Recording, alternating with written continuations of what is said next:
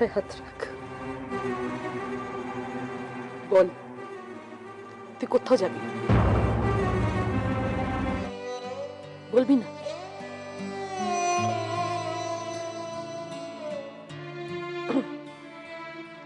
মন মিঠু মোমো ওদের জন্য থাক।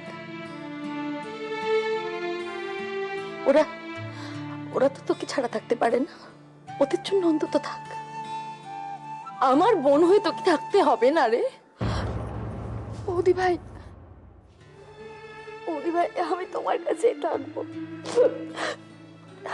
আমি তোমাকে ছেড়ে যাব না।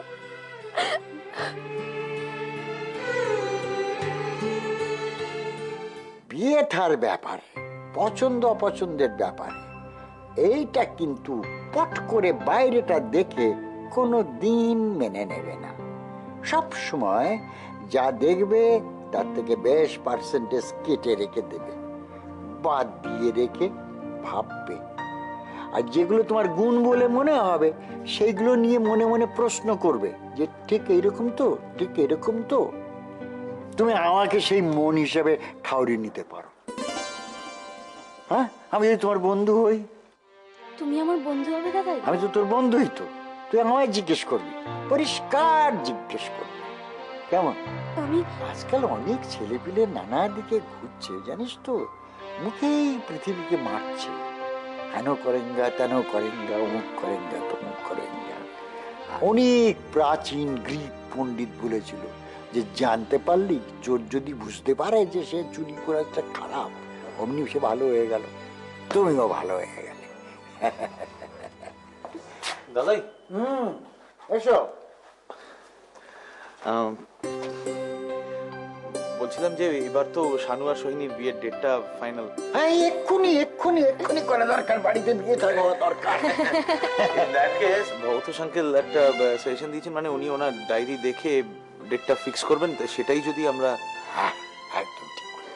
তবে বিয়েটা যত তাড়াতাড়ি সম্ভব হওয়া দরকার, অ্যাট এনি কস্ট। দিদি, তুমি আমাদের ওপর রাগ করলে। তুমি যদি আমাদের ওপর রাগ করো, আমাদেরকে কে দেখবে? মা তো হাঁটতেও পারে না, আর আম্মু তো এত শক্ত শক্ত অঙ্ক করাতে পারে না। প্লিজ দিদি, প্লিজ।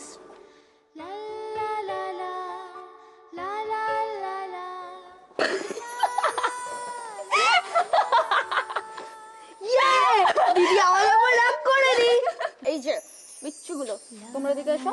শোনো, এই যে তুমি তুমি এদিকে এসো। তুমি শোনো, তোমরা দুষ্টুমি করো, হ্যাঁ, দুষ্টুমি করা খুব ভালো জিনিস, কিন্তু সিরিয়াসলি করো না, হ্যাঁ।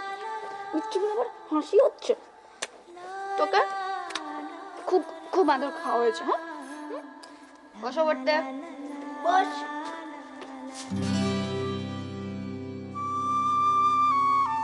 বৌদীপ, ওদের কিছু বলবেন?